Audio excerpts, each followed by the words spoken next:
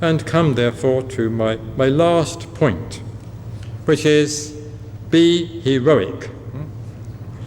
Years ago I gave a lecture called The Heroic Ideal in Buddhism.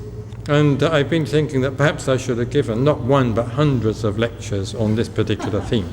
Because first of all, heroism is needed in the spiritual life. You all know that. Spiritual life is not easy. To fight and struggle with oneself is not easy.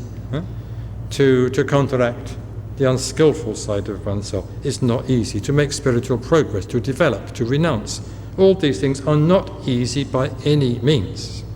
So we need to be heroic even for our own sakes. And then of course we need to be heroic if we're to spread the Dharma. There are so many obstacles. Think of the Mahavihara. How many obstacles, that is the Mahavihara in Pune, how many obstacles had to be surmounted? For one particular piece of official paper, or one particular signature, Lokamitra had to go to one particular government office 40 odd times. 40 odd times. That was just for one particular signature on one particular piece of paper.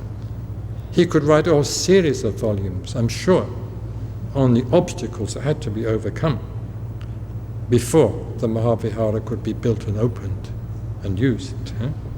So we need to be heroic. If Lokamitra had not been such a hero, he would never have been able to accomplish what he has in fact accomplished.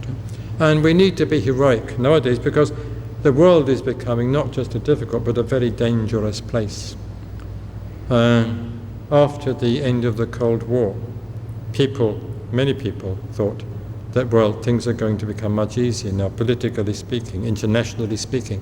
It looks to me as though they're becoming worse, or they have become worse, not better, in many, many parts of the world.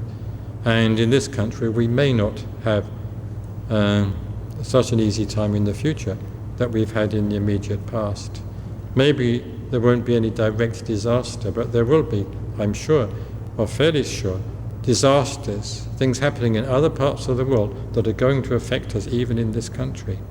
And we shall need to be quite tough to survive and to carry on with our dharmic work. We'll need to be heroic. So far, in this country at least, we've had a pretty easy time so far. No real difficulties as compared with difficulties faced by other people in other countries, including India, where many of our order members and friends and mitras do have a very difficult time for various reasons that I need not go into. So heroic qualities are needed if the movement is to survive and flourish. So be heroic.